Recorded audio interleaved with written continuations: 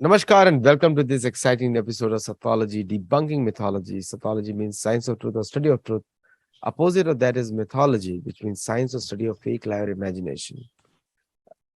Sattology builds your identity, mythology destroys it. I have very special guest, and you all know him very well. He's every Saturday we are together, and he's a researcher, tapasvi, rishi, muni, and also one of my favorite people on Mahabharat dating, because he has done, or what he consistently does, is convinces you on the historicity of Mahabharata completely. And when the West was in diapers, when they said the earth was made 4000 BC, Mahabharata was happening during that time, and a little bit after that. And so there is no comparison to Indian history or Indian antiquity of history. So let us welcome Shri Nilesh Nilkant Oak. Welcome, Nilesh. Namaskar, Aditya ji. And before I forget, since you used the term when the West was in diapers, I would say the Western academia, as far as it relates to understanding Indian civilization, understanding the antiquity of Indian civilization, understanding ancient Indian narratives, also their lackeys in the Indian university systems, Indian academic system, even Indian think tank systems, because many folks will come here, take some degrees from so-called famous university names, and learn utterly nonsensical stuff about India. They will come here to learn about India, go back, and continue to give out that nonsensical stuff.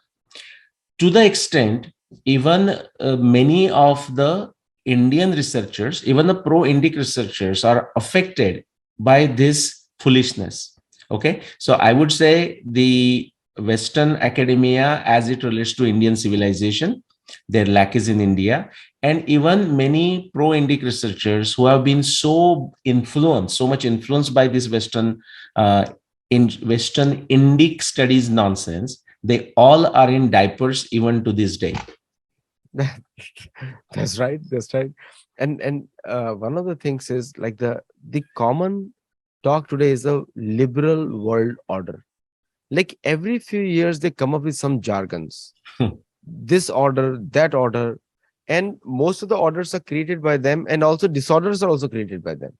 So can we call it the liberal world disorder again? Yeah, well, first thing, liberal, the word liberal, like, for example, one of the foundation of Hindu civilization, Hindu dharma, is the freedom of thought. That's what liberal is. On the other hand, that word has been hijacked. And what is it used for? It is used for exactly opposite of freedom of speech, freedom of thinking. And even when they think whichever way they want, they don't realize that the freedom also comes with the rules. For example, if you want to have a joy of say the freedom, and I say enjoying a good ride on the roads, like a freeways, guess what?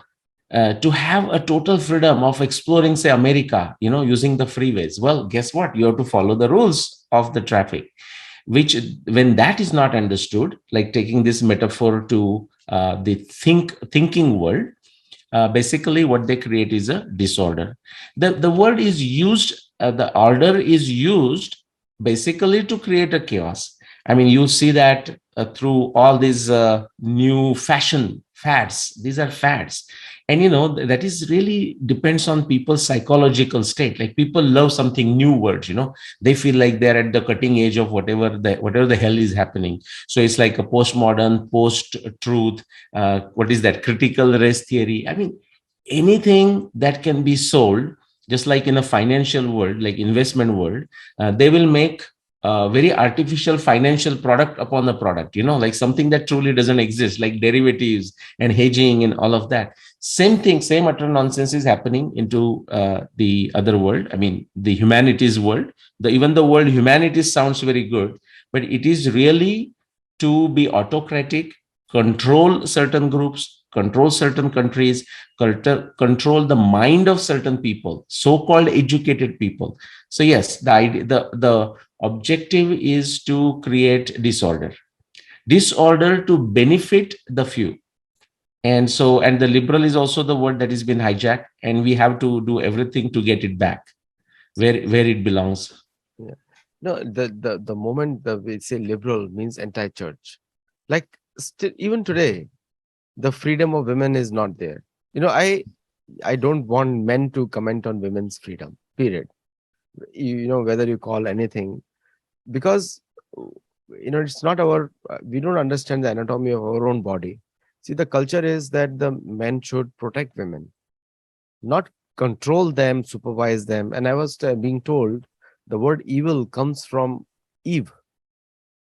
Eve and evil, the both related. Mhm, mhm. So the and somebody who is an English expert, he told me that the word evil has come from Eve. Yeah, now that you say it, it makes sense. Go on. Sorry, I don't mean to interrupt you, but now that you say it, it makes sense. And Yes. also evening. Hmm. So evening is a time to enjoy the eve. Oh, That's is what that interesting? Okay. Okay. so that's what they came from. But anyway, these are the views, and in contrast to that, the Mahabharat culture is filled with so much sophistication, where Kunti, a leader of women, a guru, because Kunti is referred to as the guru of the Pandavas also. So she is advising Pandu, Draupadi advising Pandavas, and there are many references. Satyavati finding the heir to the throne Mm. of Hastinapur. Like there are so many examples where women are in decision making power, but the Western academics and their lackeys, like I don't know what disorder specialists, they always have to comment on that Hindus have no freedom for women, Mm. or Hindu, and in their own countries. I mean, if you take the name of those professors, I don't want to even say, but these professors, they have no say in their own society, and their own culture doesn't respect them. They're taking away all their freedom. They Yeah. cannot. In fact, now they cannot even. Now there was a somebody was telling us that the court should also pass a law so that the women should produce their own sperms so that they can Mm. have Mm. reproduction. So, Mm. but and they have the audacity to comment on Hindu culture, Hindu civilization, Hindu history, and guide or advise. Isn't that a disease also? When you don't know anything, still you're advising, Yeah. coming from a sense of uh, proprietorship or false sense of imaginary sense of superiority. What do you have to say on that? And then we see. Well, okay, no, it is a disease, but let's share the blame. For example, what happens is, as you said, these people in the West, academia, think tanks, they will just go and always ready to give advice. Like this German government official, was talking in the context of, I forgot now, but some of the recent event in India, in a utterly ignorant manner. He's just not aware of it, but I am saying, why do they do it? Because they can. I mean, one simple thing is they can, which goes back to, again, all Indians, Hindus, of course, the Indian government, but Indian government is a small role. The Hindus, I'll give you Aditya example.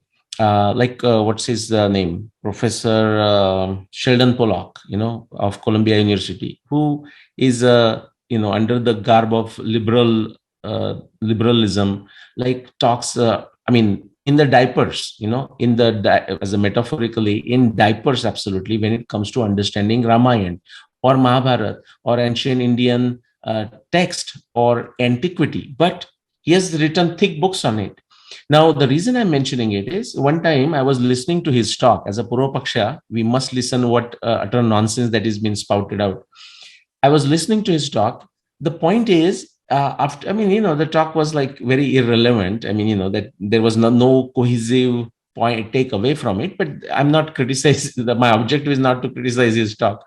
Afterwards, mostly an Indian audience, like American Indian. I mean, the Indian second, like you and me, audience there. And when the question answer session comes, some person, he says, sir, yeah, I am from IIT, and then I did PhD at Princeton, whatever, and now I work here, and I am trying to organize a Sanskrit camp for the student to teach them the knowledge. Sir, would you please kindly suggest some ideas, some help? I mean, the guy from his pedigree, like IIT and this and that, which is all good, successful here, but suddenly he wants to do a Sanskrit camp, which is great. But sudden aspect is he thinks now Sheldon Pollock is the one where he can get a good guidance. Now, I think in the moment of truth, I would say Sheldon Pollock didn't respond to that. I don't think he has much to respond, although he has studied our text with, of course, his limited and confused ability, but much better than many of our so-called pro-Indic researchers. See, so therefore, I'm saying the sharing of a blame, most Indians, most Hindus, the reality remains that they simply, now, when I say this and when they listen, they say, oh, you are criticizing. Well, yeah, only people who get affected or feel offended or insulted are the one who are tamasic and lazy. Because among Hindus, there are people, in spite of all the insurmountable challenges of a daily life, they are right in India. I have such an admiration for these folks. They are doing all kinds of great things, from small villages to big cities. So they don't have an objection. They send me like through social media or email saying, Nileshji, thank you. What you are doing is great. It is only the lazies and tamases who will objection. Oh, you are offending us. They get offended because they are sitting lazy and someone is calling them out. My point is, there is this Western liberal lobby. Liberal is again a bad word because they are not liberal. They are anything but liberal, extremely autocratic. You mentioned how they will not able to say something even here. It's very true in the corporate world. It's also true in the government world. Of course, I mean, you have to say what you have to say, but that's kind of true everywhere. It's academia. It's supposed to be the forte of freedom of speech. It's not there. Aditya, I can tell you, almost I'm after this now, COVID is kind of gone. Putin got rid of COVID, let's say, and now I'm traveling, and all the universities that I am visiting, all the scientists and engineers and professional, like business professional, I'm visiting from all walks of life, and from all ethnic origins, not just Indians. Many of them actually, I'm so glad to share that with you. Many of them listen to my talks. Okay, not just Indians.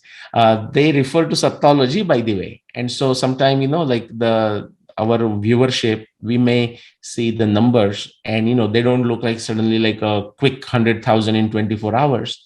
But what it also tells you, or at least tells me, is that the people who are watching Sattology, like you and my discussions, are very serious folks, very serious folks. Like some of the cities I'm visiting, as say, like I was in Chicago a month ago or so, and somebody came from an extremely far away distance. And I'm just giving you as an example, Adityaji. There were multiple people who said the same thing, but somebody came from a relatively far away distance, like a 3+ hours of drive. And the person had just come for attending my program. Okay. And I said, okay, how do you become aware of it? I mean, I asked that question to practically everyone. He said, yeah, I watch your all Sattology talks. Of course, they watch Sangam talks and all, and which is the case. So my point is, there is a blame to be on this academic junta, okay, the think tank junta. But in private, they will tell you that their hands are tied. They may call themselves liberal, so they are in America. It's a relatively open society. That's what we keep on telling. But you just go a couple of layers below and you know how much your hands are tied. In the corporate world, in the government world, or in the academic world, you don't have a freedom to speak. Many of the people who openly come and tell me, people, retired professors, they do it because now they have nothing to worry. But those who are in the system right now, they would support me. Actually, they do support me, but they don't want to be in the open. See, that's the kind of fear is there in this so-called liberal academic setup of North America. And I'm seeing this firsthand for last 10 plus years, but I'll tell you just post COVID, if you want to call it, like last year and a half. It's very obvious. Back to you. Very valid points, and thank you for validation also. And one of the things, I think you can start the presentation, we continue this, and we'll continue a conversation later on, after the Okay. Yeah. presentation. And you can, if you find the right point, we can use this as a intuition engine to discuss some of the things. Yes. For example, it's not unusual that I will get these insights from academics here. Like a professor of electrical engineering gave me the insight for why we celebrate Gita Jayanti on a Margashirsha Shukla Ekadashi, whereas in reality it was said, I mean, it was communicated that actually the Gita Jayanti happened, or the birth of Gita happened on the Kartik Amavasya, the That's first day right. of the Mahabharat war. So it came from a professor of electrical engineering. Okay. I mean, and these things keeps on coming in different formats. Sometimes they will give the solution. Other times they will ask a very intelligent question. And then I start in the search of something. Today, I'm going to share another something that I have not shared with anyone else. Okay. So in that sense, this is the first time I'm sharing it. Yesterday, I gave some hints on Twitter. But the reason I have not shared with anyone is because this new discovery, you can say, is only 2 days old. Okay. The discovery is 2 days old. Again, it directly connects to what we are doing. So last time, let me start sharing. Last time we completed our planetary evidence, 50 plus. And I forgot, I don't know if you remember, maybe 7, 8, possibly 10 episodes, 10 right? episodes. On the planetary evidence. And Aditya I'm very confident that series of episodes, we should just do the planetary as a separate playlist. Okay. The 10 or whatever that list is. It is so fascinating. It's a poison pill, you can say. And it's a super packed poison pill. The poison pill against all dogma, all idiocy, all stupidity. I mean, it's going to just burn it to ashes. So maybe a separate playlist. But today, something related to that. Actually, Aditya, I wanted to go further to some other evidence, non-astronomy evidence. But again, time and again, I don't know, it is the beauty of the Vyasa, the way Vyasadeva has coded it. It's so powerful jigsaw puzzle. You just cannot run away from it. And Mahabharata researchers, all existing Mahabharata researchers have no other business, have no other choice but to run away from the Mahabharata. They will not able to quote Mahabharata. They quote any single reference, it's going to bite them. Okay. And I'll They, give you another they, example today. they already bring in the crazy lunatic left validation of the West to justify their scientific points. Yeah. So So they conveniently leave Mahabharata and then come back into Mahabharata also when they want. right. Even they have gone one step further. Like the one somebody sent me a Twitter cutout yesterday, couple of them, and I posted it. So now what was the Nazi propagandist Goebbels?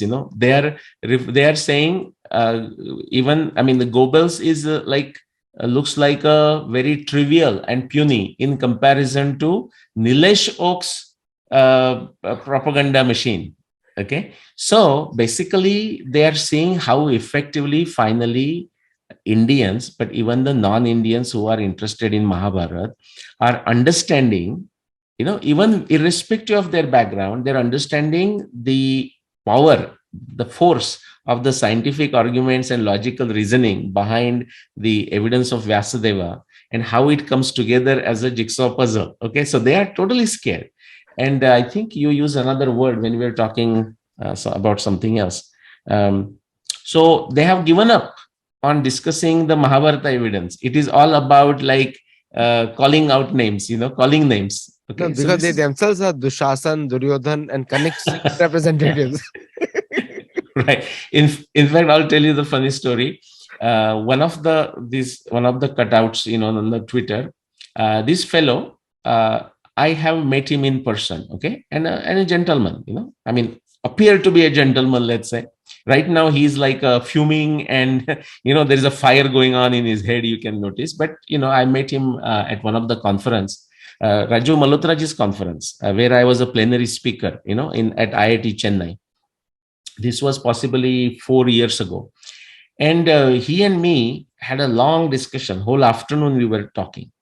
Now, for whatever reasons of his, which is good, in a very intelligent, interesting way, he's contributing to people learning. He has suddenly gone into like, oh, Nilesh is like the epitome of non-science and non-logic kind of thing, which is a lot of fun. And now he has a master's. He's an MBA from one famous Indian school. People can track it, so I will not mention the school. Now, it so happens that its head of that business school is my professor and also my good friend. So jokingly, of course, I sent him this note saying, "Hey, these," just humorously, of course. I said, "Okay, these are the kind of products you produce from your school." Okay, and then he responded just one liner, and he said, "Nilesh, don't forget, in the school name for which he was a head, there is a word business in it."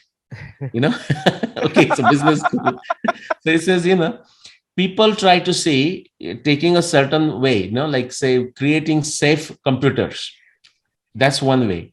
But also creating a viral, what you call the virus, antivirus software is another way of making a business, right? That's right. Right. It's a So if you bigger try business. one, it is a business. It's a Exactly. So bigger if business. huh? It's a bigger business. It's a bigger business. Exactly. Right. Insurance, right? That's Yeah. a business, like keep yourself health well. But if not, hey, here is how we protect. Anyways, so very, very lot of interesting things. And, I am thankful to all of them, because suppose if there was no resistance, like I am bringing all this new evidence, new meaning it's there in the Vyas's Mahabharata, but sometimes you are looking at the same thing and thinking in a creative way, right? And suddenly you get an insight. That's exactly what happened 2 days ago. Um, but what if there was no resistance, and if these guys were not saying these things, many people would have said, Nilesh, so yeah, thank you very much, what you did, it's done, now move on to the next thing, which of course I would like to, and I have moved on, and I'm doing a lot of other things. The point is, the resistance actually makes lay people understand how difficult this field is, and how there are people with a very anti-dharmic interest, like very asuri vritti, like the 16th chapter that we discussed, Daivi Prakriti versus Daivi Vritti, or Daivi Prakriti versus Asuri Prakriti. How, and they can be in the garb of a sadhu, just like Chintaram Ravana came. अपेरे हम चिंतायाम अपेरे हम चिंता में Yes, पड़े रहते हैं 24 घंटा. correct. Just like Ravana came in the garb of a Brahmana or Sadhu to Sita. So yeah, they pose themselves in the Indic forums, on Indic social media aspect. They pose themselves as like the friends of India. I mean, something like this. So for a ordinary lay person, they write in response in a Twitter and whatnot and Facebook. Emails, but they also write to me in private, through this many media. He says, what's wrong with them? I said, well, if you ask them, you may not get the answer. So now you have to do your own swadhyay, abhyas, to figure it out what is wrong with them. But my point is, I'm thankful to them, because that's creating this manthan. That's why people realize just creating original research is not enough, but bringing it to people. And today I will talk about Practicum at the end. If I forget, remind me, because that's what the Practicum is all about. But let me begin with here. One of the very thing that is lost by, I would say, all existing living Mahabharata researchers is that if you ask them, why did they decide to date Mahabharata? Or you ask them what specific problem they were going to solve. Because unless they were trying to solve a specific problem, there is no science. See, science is Vijnan, okay, the Darshana. And we use it to solve a problem, to eliminate, to remove a samshay, to remove a doubt. So unless there is a specific doubt which has not been addressed by previous efforts of Mahabharata researchers, why did somebody just do it? But I would tell you, with no exception, existing Mahabharata researchers, they get into this business. Aditya, get into this business, just like somebody says, let me start a vada pav gadi, let me start a vada pav cart, let me start a pav bhaji cart. That's how they do it. So the question to ask is, what is that problem? What was that problem that you tried to solve? And suppose you solve that problem, you may stop there. Now you need another problem in the context of the first problem that you solved, because that problem that you solve, if you're on the right track and science speak, this is what happens. It leads to many more newer problems of higher complexity, and then you try to solve them. The thing gets complex, things gets difficult, but every time it's very exciting when you solve a difficult problem. So that's the series we have seen. For example, we started with Arundhati Vasishta. Mahabharat says, Vasudev says, Vasishta, Arundhati is walking ahead of Vasishta. But in our times, we see Vasishta is walking ahead of Arundhati. The same thing continues if we go back for 6,500 years ago. That is, Mahabharat war did not happen in the last 6,500 years ago. Of course, if you go before that, like 10,000 BC through 4636 BC, within this time interval, Arundhati was walking ahead of Vasishta, as explained by Vasudev at the time of Mahabharat war. We understand astronomically why that is so, why the precession of the Earth's axis, and therefore the change of the point of the North Pole, like North Celestial Point, that moves. And since everything moves around that North Celestial Point, the relative orientation of the stars, such as Arundhati Vasishta, can change, and actually did change.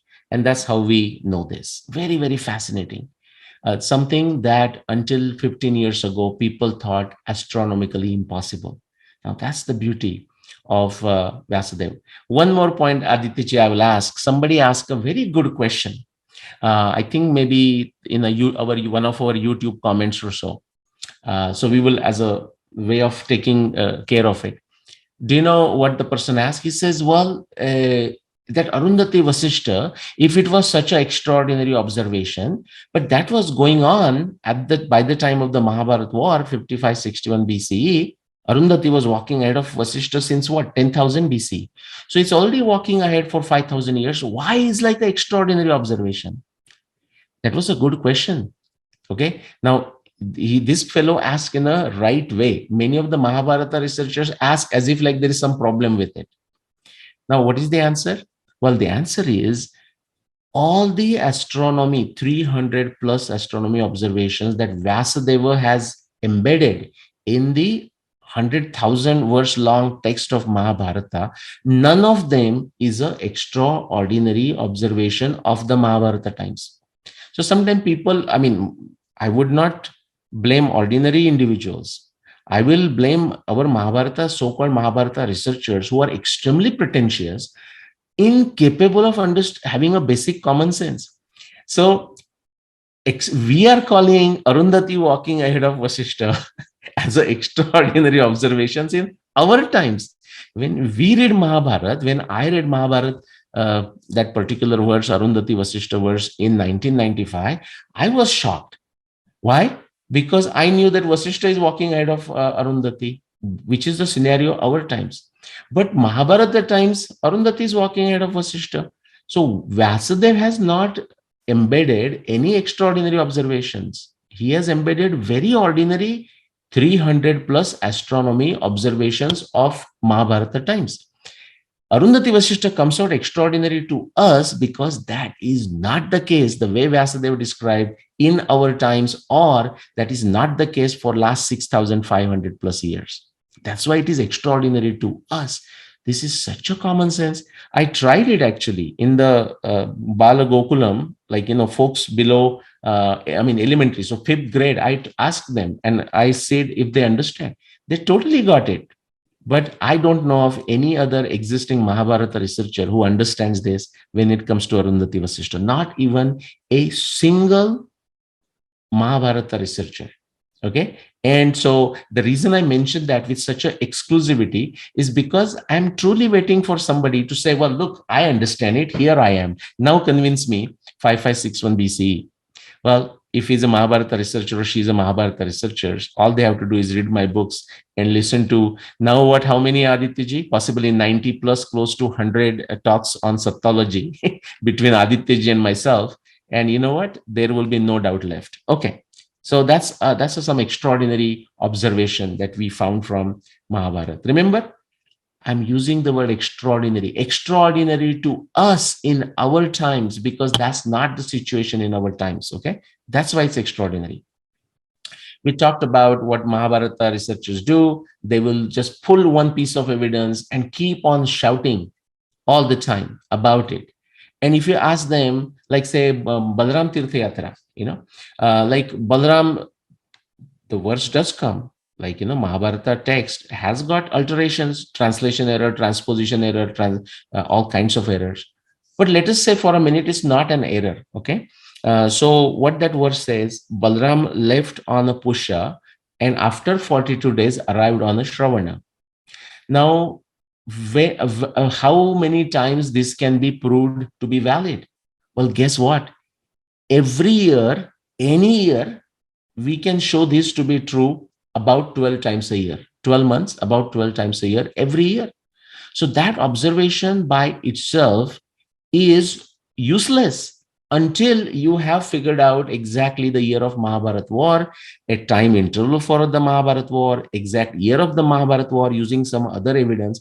And now you have to show if this observation matches or not. And of course, there are some observations which will not match.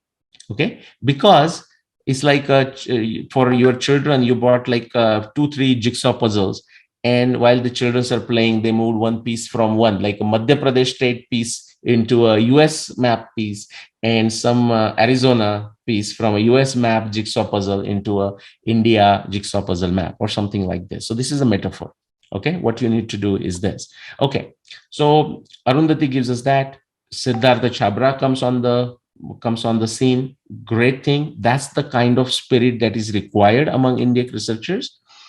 They should question it, they should challenge it wholeheartedly, any of the things that I am saying, but challenge it in a scientific fashion, challenge it in a logical fashion, challenge it in an empirical fashion.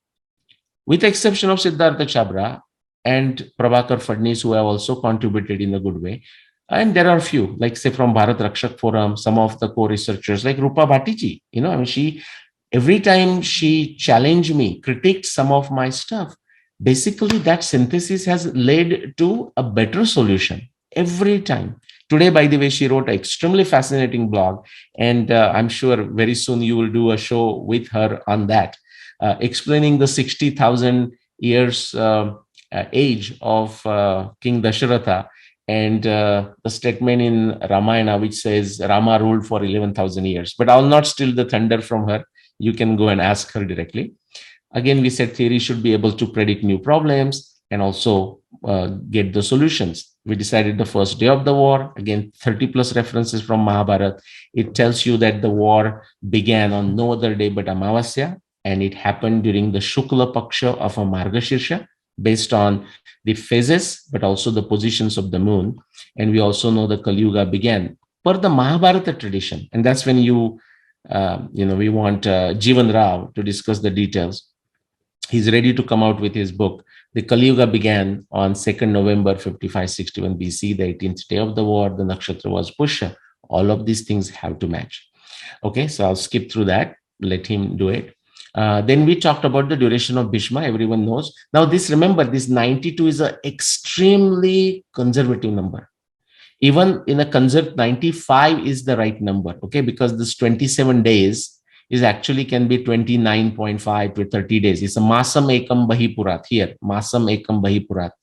As a conservative, I have taken 27 days because due to the mistake of Nilakantha Chaturdhar of 17th century, all the Mahabharata researchers, exception none, are stuck in the wrong assumption for Bhishma on the bed of arrows for 58 days. The funny thing is, after claiming such a thing, such a faulty thing, no Mahabharata, alternate Mahabharata researchers can show Bhishma on the bed of arrows for 58 days. That's a different story. For today's discussion, we'll remember this 92 or 95 is a better number. Okay, Bhishma was on the bed of arrows for more than 95 days, even not 95, more than 95 days. And actually, in 5561 BC, I have shown that Bhishma was on the bed of arrows for 98 days. But that's besides the point. What Mahabharata evidence shows us that Bhishma was on the bed of arrows for more than 95 days. That's the one piece of information we need to go ahead with. Of course, if you put this in astronomy fashion, the shift in the lunar month with respect to season, back of the envelope calculation, it tells you Mahabharata war happened 8,000 years ago, about 8,000 years ago. That just purely based on the 90 to 95 number. No other information is required. How fascinating. Okay, now let's go further. We use that evidence and additional evidence for the lunar month, that it was the month of Margashirsha. It was the Shukla Paksha of Margashirsha. Then if you add other constraints of a Tithi, Paksha, Masa, Rutu, of the events happened before the Mahabharata war, of the events that happened immediately after the Mahabharata war, all of this gives you a very nice, tight, beautiful, precise interval of about 1600 years, from 5100 BC to 6700 BC, only within which the Mahabharata war can take place. Then we spent 10 plus episodes purely looking at the jigsaw puzzle of the 50 plus planetary evidence, and that how that takes you to 5561 BCE. In fact, we don't need all 50 evidence. Like only 7 pieces of evidence takes you to 5561 BC. If you take another, not exclusive, I mean separate, mutually exclusive additional 7-8 pieces of evidence, they also take you to 5561. Naturally, when you combine all 50, it also takes you to 5561. But today I want to share additional extraordinary evidence. This is first time, guys. Okay. Krishna Karna Samvad, you started with Kunti as a mother. Kunti was mother of Pandavas, but also mother of Karna. Okay. So before the war, when Krishna goes to Hastinapur on a peace mission and he's not successful, he's returning to Upaplavya, where Pandavas are stationed. And on his way back, he is having a conversation with Karna.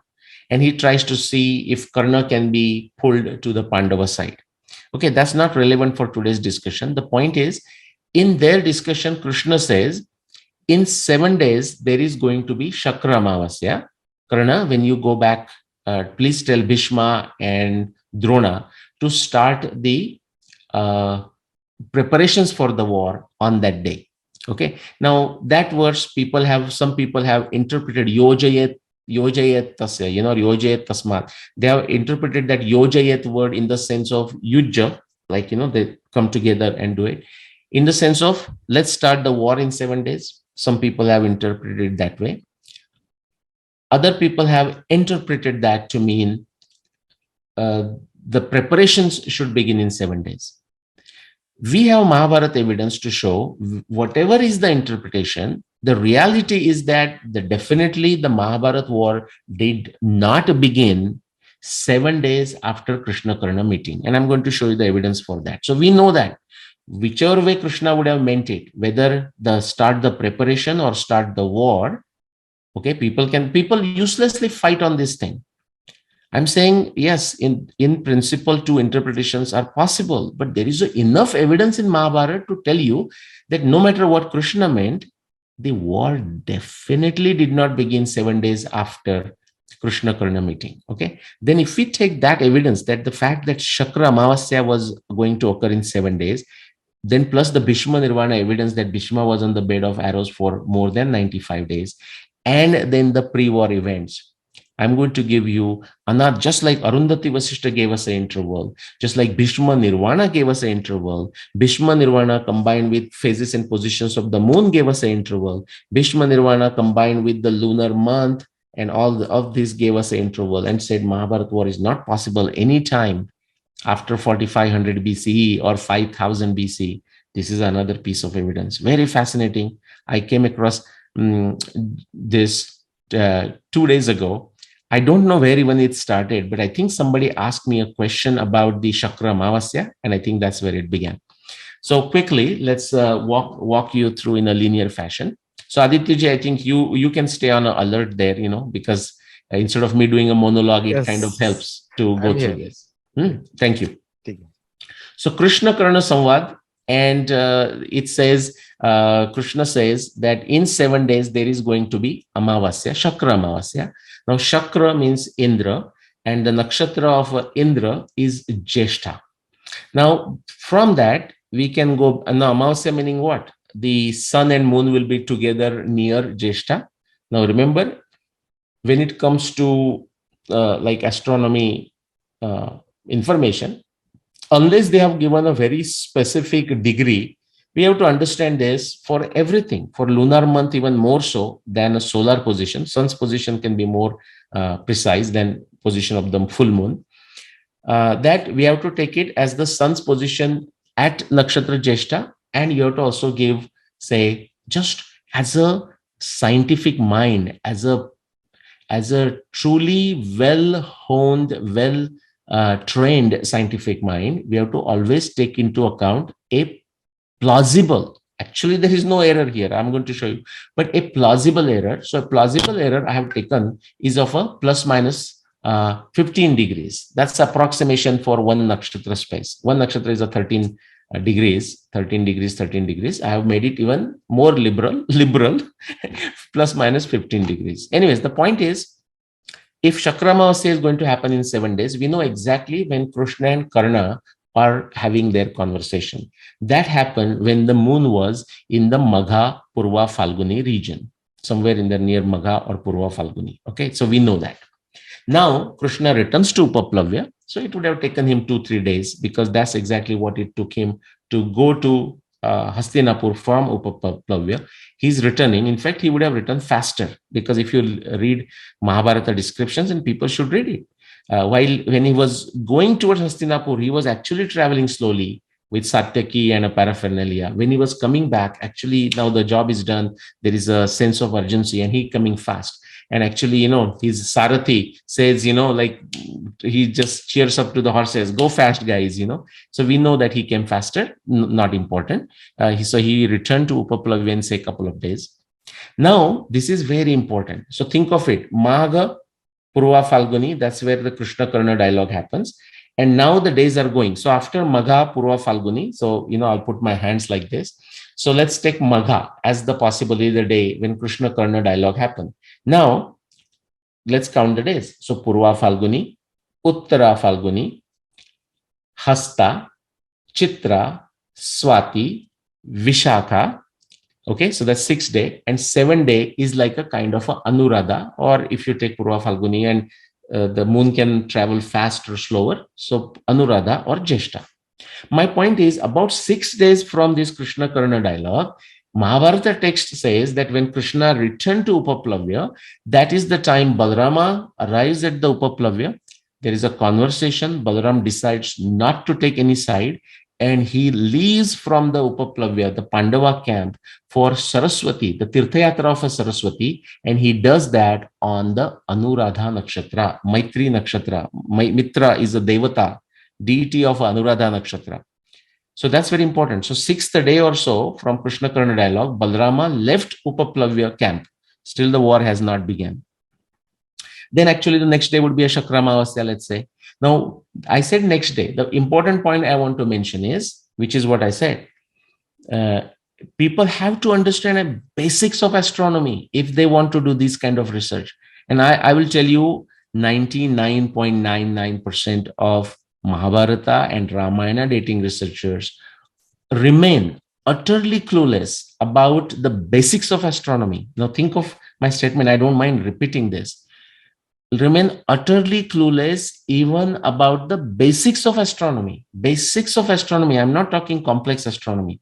So what to speak of when they write something and create more confusion and a chaos, vikalpa. Because if the background knowledge is not correct, and then if you don't follow the scientific method, pratyaksha anumana agama pramanani, what are they doing? Exactly opposite. Viparyayo, what happens? Mithya jnanam atadrupa pratishtam. It's going to create false knowledge and confusion. Shabda jnananupati vastushinyo vikalpa. They're claiming something which cannot be backed by empirical evidence. It only leads to their own confusion and delusion. And unfortunately, they don't even have that sense to contain their illusion and delusion with themselves. So of course, it percolates to the masses. Anyways, that manthan is good. The Shakra Amavasya, my point is, with Jeshta at the center, that is the Shakra deity, if you know the basics of astronomy, you will realize that the actual Shakra Amavasya can occur, remember, because of the way the lunisolar cycle works. You know, the 354 days lunar year versus 365.242478 solar year. So Jeshta plus minus one nakshatra, and very likely it happens all the time. All one has to do is study Indian panchanga, plus minus two nakshatras. Why? Because of the Adhika Masa corrections and so on and so forth. So the Shakra Amavasya could have occurred anywhere from Vishakha to Purvashada. That is the point, very important point. With a Jeshta at the center, it could occur at a Jeshta. That's what the reference is. But anyways, let's move on. So the point is, now from this Shakra Amavasya, if we start counting, you're going to find something very fascinating. Now Mahabharata text tells us that both armies left for Kurukshetra on a Pushya Nakshatra. So now, if the Amavasya is happening, so Krishna Karna dialogue happens after 7 days Shakra Amavasya. In between, there is no Pushya Nakshatra, because Pushya Nakshatra is before Magha. But Mahabharata is telling that after all of this, they left for Kurukshetra on a Pushya Nakshatra. So what do we need to do? From Jeshta, let us say that's the Shakra Amavasya, we have to go start counting nakshatras, right? So Jeshta, okay, then Mula, Purvashada, Uttarashada, Shravan, Dhanishta, Shatataraka, Purva Bhadrapada, Uttara Bhadrapada, Revati, Ashwini, Bharani, Krittika, Rohini, Mrugashirsha, Ardra, Punarvasu, Pushya. By the way, I just said this nakshatra. Another point, Aditya, I want to convey is this. Those people who are doing original research or would like to do original research in this wokeism, the new woke culture, opposite of oakism, by the way, I would say, oak way of doing research. Many people will tell me, oh, yeah, sir, tell me. So I said, do you know 27 nakshatra? I say, yeah, I've heard about it. And they want to do some original research or want to understand what I've done. Impossible. Unless you know the nakshatras by heart in the proper sequence and even have a physical feel for how they look in the sky, you will not able to do this research. I don't mean just the Mahabharata Ramayana, but any ancient Indian research using astronomy, you will not able to do it. Take my word for it. Because you have to have this feel. You have to have every time where is what, in the sky. So Pushya, so now remember how many nakshatras we travel through. So on these days, both armies, Kaurava as well as Pandavas, they started their journey, the army's journey towards Kurukshetra. Pandavas came from the west side. Kauravas came from the east side, Hastinapur, right? And they started their, establishment, camps, doing all the military preparation. It took them about 2 days. That's what also Mahabharata tells us. The both armies arrived at Kurukshetra on a Magha Nakshatra. So Pushya, Ashlesha, Magha. So in about 2-3 days, they arrived at Kurukshetra. Now remember this. The first day of the war is what? Kartika Amavasya. And where does Kartika Amavasya takes place? Again, in the vicinity of a Jeshta Nakshatra. So where if the Shakra Amavasya, so-called Shakra Amavasya of Mahabharata happened around, say, Vishakha, Anuradha or so, or near Jeshta, then the next Amavasya is going to happen where? Further, towards Jeshta, Mula, Purva, Ashadha, somewhere there it has to happen. The biggest takeaway is that from Krishna Karna Samvad, and after 7 days, a Shakra Amavasya occurred. And there is, the last bullet is important, at least a minimum of 30 days period between the Shakra Amavasya and the first day of the Mahabharata war. Based on what? Based on this evidence. Like sometimes Aditya people don't even understand that. Between those nakshatras, there should be days with Anuradha nakshatra, there should be a day with a Pushya nakshatra, there should be a day with a Magha nakshatra, and again, another Amavasya which will qualify as the Amavasya before, Amavasya as the beginning of the lunar month of Margashirsha. All of these conditions must be satisfied because that's what Mahabharata text is describing. And that tells us there was at least a period of 30 days between Shakra Amavasya and the first day of Mahabharata war. I said minimum. And Aditya ji, I'll tell you, not even a single Mahabharata researcher is going to object to this number. Those people who have misunderstood the first day of Mahabharat war and claim Margashirsha Shukla Ekadashi, and these days even that doesn't fit their timeline, so they have twisted it and pushed it to Margashirsha Shukla Trayodasi. Those folks are out there, believe it or not. The audience should go and do the study. They have to agree to like a 45 days. Okay, the Shukla Trayodashi fellow has to agree the minimum of 43 days between Shakramavasya and the first day of Mahabharata war. In what the Mahabharata text shows, Kartika Amavasya, it will be about 30 days. So remember this, 30 days from Shakramavasya to the first day of Mahabharata war. Now, we already know this, so I'm going to go fast through this. So Bhishma fell down in the battle on the 10th day of the war. Bhishma was on the bed of arrows for more than 95 days. So now what do we get? Remember, he's waiting for the day of winter solstice. So there is a gap of how many days between Shakra Amavasya that Krishna is referring to in his conversation with Karna and the day of winter solstice? Here is the math. 30 days that I showed you on the previous page. 10 day, where does that come from? Because the war began, and on the 10th day of the war, Bhishma fell down. So those are the 10 days. And after that, Bhishma is on the bed of arrows for more than 95 days. I'm just taking 95. Of course, I could take 92 also. It doesn't change anything, as you will see. But the number 95 is correct. Actually, greater than 95 is correct. So I'm taking that. So it's 135 days. So there is a gap of, in astronomy speak, of 35 days gap between Shakra Amavasya and the day of winter solstice at the time of the Mahabharata war. Okay, so let's go to 4. A gap of 135 degrees between the point of Jeshta, the Shakra Amavasya, and the point of winter solstice. So from the days, how did I jump to 135 degrees? Because think of sun's travel around the earth, of course, as seen from the earth. Now, as soon as I say this, Aditya, some people say, oh, but sun doesn't travel around the earth. Guys, just stop studying this. Get to the basic, get to the elementary school, get to Wikipedia, get your basics of astronomy. Don't waste your time understanding this. This is not complicated. This is not rocket science. But if your mental situation is such a what they call the Samparaya Pratibhati Balam, if your mental situation when it comes to astronomy is extremely childish, don't try to spend time here. Get those things cleared first. How did I come from 135 days to 135 degrees? Well, sun is seen traveling around the world, around the earth in 365 days, which means what? Approximately sun travels about 1 degree every day. So 360 degrees, and sun travels in 365 degrees, which means what? You can take that 5 and divide over 360. So very, very small. So sun travels about 1 degree. That's what I'm referring to.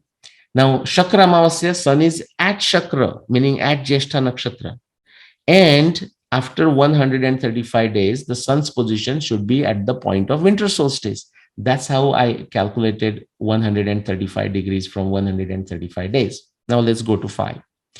In 2022, which is our current time, if you go and do it, therefore, anything I'm telling you guys here, you don't have to take it on just a leap of faith.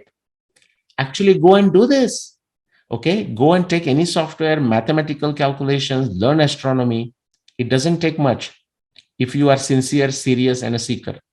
What you'll find that there is a gap of 20 degrees between the point of Jeshta, the point of, the right ascension of Jeshta, you can say, or the longitude of Jeshta, and the longitude of winter solstice. There is today, in our times, like 2022, for example, it's not going to change fast. It will take 70 years to change that. A gap of 20 degrees, which means what? There is a shift of 135 minus 20. There is a shift of 115 degrees between now and the timing of Mahabharata war. Now, therefore, I'm saying, based on this information, the mean time of the Mahabharata war is 8,280 minus 2022, 6258 BC. And people are going to say, oh my God, how did you get this 8,280? How did I get that? Okay, I'm going to show you on the next page. Remember, to have a shift of anything, which means also cardinal point, like say winter solstice, summer solstice, spring equinox, fall equinox, any point, any designated point in the sky, astronomical point along the ecliptic, to shift it with respect to background nakshatra, it takes 72 years. So really what I did is 72 times 115. That gives me 8280. Those many years ago, minus 2022 CE to get the number in a BCE unit. So that number comes to 6258 BCE. Now, remember the error that I mentioned. It's not a error because of some problem with the astronomy software, because of our lack of knowledge. No, this is a what you call say, this is a good characteristics of a good scientific researcher, that because, as I mentioned, whether a solar calendar or a lunar calendar, even when a narration comes as a Jeshta, or narration says it was a Margashirsha full moon, in reality we have to understand, because that's a reality, that the Margashirsha full moon, actually the full moon could be slightly between Rohini and Mrugashirsha, it could be between Ardra and Mrugashirsha, it actually can be between Ardra and Punarvasu. So essentially from Rohini to Margashirsha to Ardra to Punarvasu, there is a range of 4 degrees. Okay. Even when we say sun's position at a chakra, it actually may mean like at Anuradha, or it may mean at Mula, and so on. So not exactly. That's why we are taking a plus minus 1 nakshatra. Okay. Interval. It's not required. I'm just saying that's how we create rigorous output. Okay. This is called sensitivity analysis. Now there is one one Sanskrit expert, and when I was referring to Sanskrit sensitivity analysis in another context, this guy went on an utterly foolish tangent of what was that? Oh, the linear programming. He even wrote to me, said, I know linear programming. I have learned linear programming. And in my mind, Aditya was saying, my God, what does linear program has to do with this sensitivity analysis? Anyways, or optimization. So plus minus 15 degrees. Again, how do we take that 1000 number?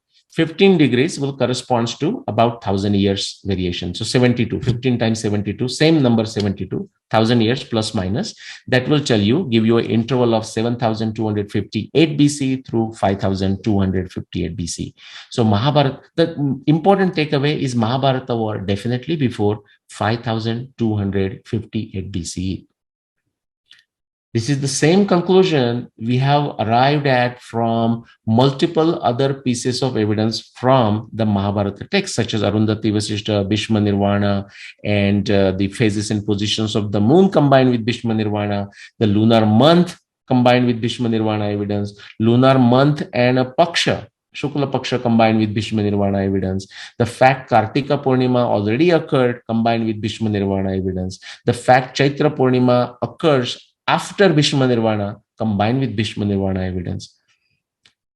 The puzzle is such a powerful puzzle. Grantham Granthi Tada Chakre Munir Gudam Kutuhalat. It's full of curiosities, full of mysteries, and full of twists. But if you just untie those twists, what you get is this beauty here. So quickly, I'm going to walk you one more line, just so people can see the visually. So remember, Krishna Karna Samvad is happening around Magda. Krishna says in about 7 days, there will be Shakra Amavasya. So that's near Jeshta Nakshatra. Balram leaves Upaplavya, the Pandava camp on Anuradha, and then he starts his Tirthayatra of Saraswati. Both armies leave for Kurukshetra on a Pushya Nakshatra. They arrive at Kurukshetra on a Magha Nakshatra. All the descriptions I'm saying, guys, are given with a very specific evidence, no confusion for interpretation in the Mahabharata text. And of course, if somebody still wants to confuse the interpretation, that's perfectly fine.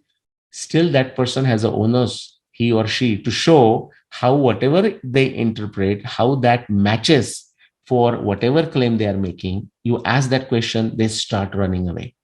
Okay, they start running away. Okay, so this is Magha, and then the first day of the Mahabharata war, that Amavasya is happening again near Jeshta. My point is, it's not exactly at Jeshta. It's not like sun is remains steady there. No, sun has moved. My point is Jeshta plus minus 2 nakshatras. So maybe the Shakra Amavasya first happened earlier, and the first day of the Mahabharata war happened after. Again, the proof is in the pudding. If the Mahabharata war happened during the month of Margashirsha, then starting here, for whatever claim you are saying, the 15th day, the full moon, should be near Mrugashirsha, plus minus 1 to Nakshatra. That is the test of it. Okay, so the Mahabharata war begins here. Now 10 days go by. Bhishma is the general. On the 10th day, he falls in the battle. This just helps you understand 135 number. And then from that day, Bhishma is on the bed of arrows for at least, that is to say, he is definitely there for more than 95 days until the day of winter solstice. I have shown that actually he was there for 98 days. This is how, guys, if you add this 30 plus 10 plus 95, that's how you get 135 degrees. And then the same calculation, out of that you subtract 20, because that is the gap between Jeshta and a point of winter solstice today. Jeshta hasn't come to the point of winter solstice. It would actually take how many more years? We can calculate that. 20 times 72.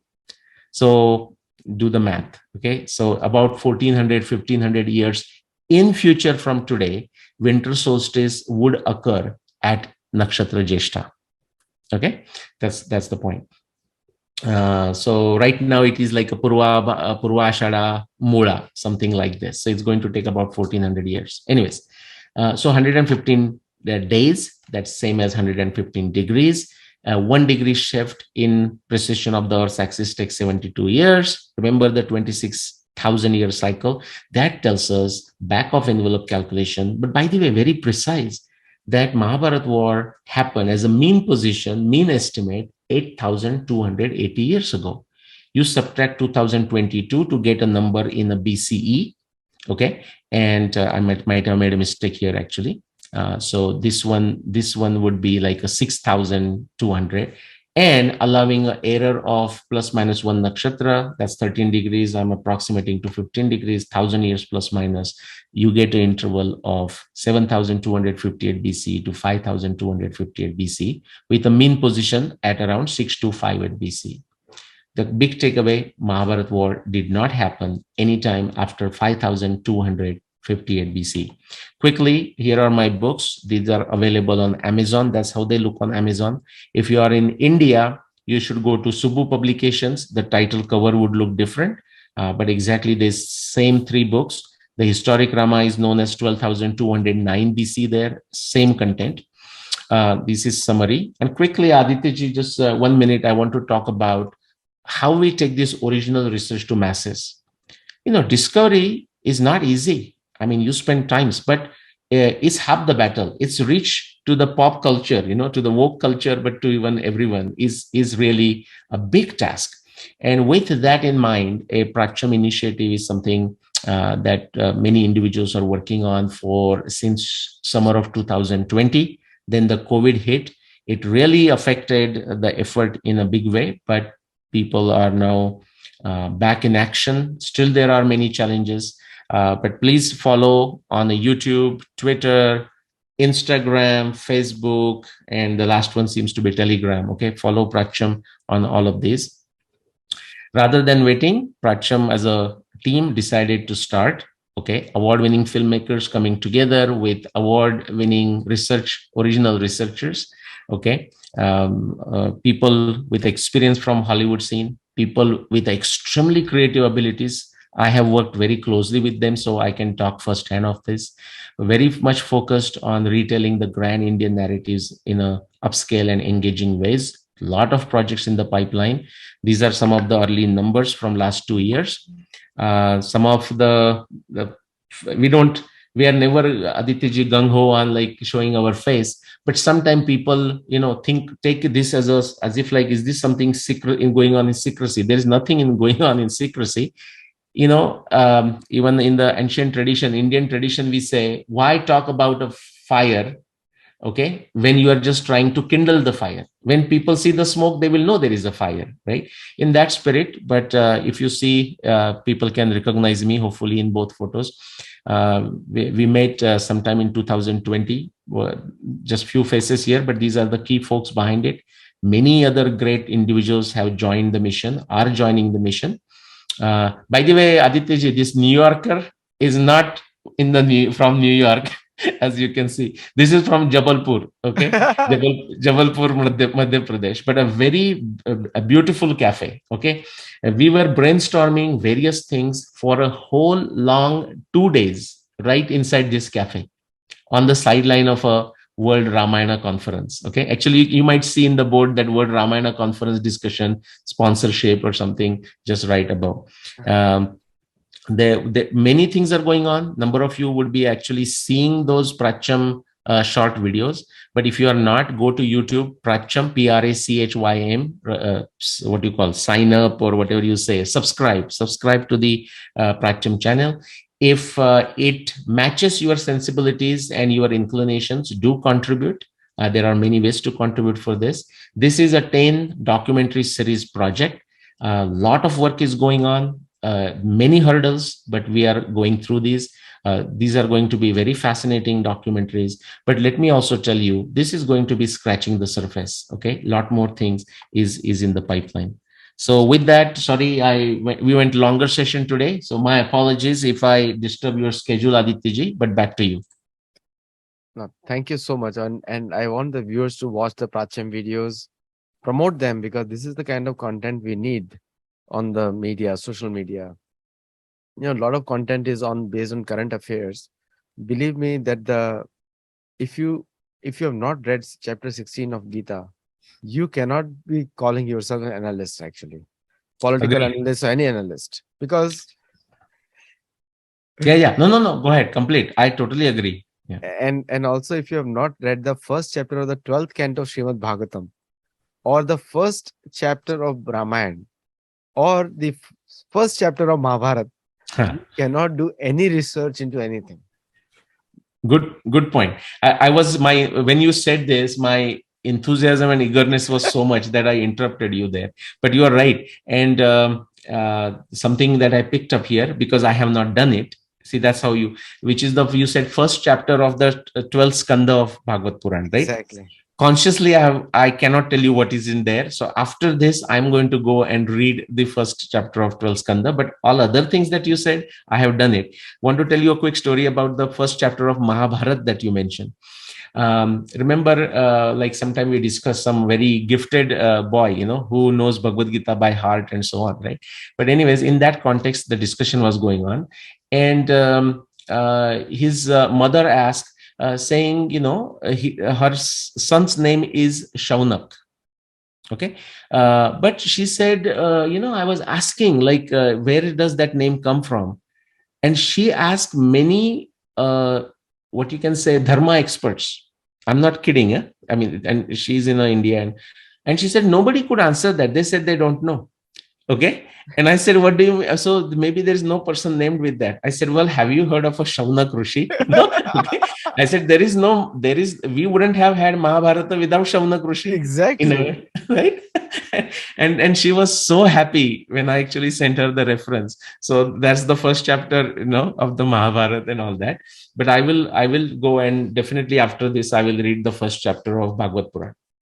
If you meet any researcher who doesn't know the difference between Sudha Goswami, Shukadev Goswami, and Shaunak Rishi, then that means they have not done any research so far. Correct. I mean, they're not even started yet. Correct. Or even see Vedanta. Like, the Badarayana, and there is a confusion. Who is a Badarayan? They immediately will say it's a Vyasa, I mean, well, everyone is a Vyasa. Whoever expanded and contributed and led to growth of knowledge is a Vyasa. In that sense, the word Vyasa. But not to confuse with the Krishna Dvaipayana Vyasa always. Correct. Yeah. Krishna Dvaipayana Vyasa is the original one.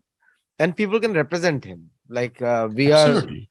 I call myself a 1 millionth or 1 trillionth part of the speck of the grain of dust at the feet of Vyasa. It's like Correct.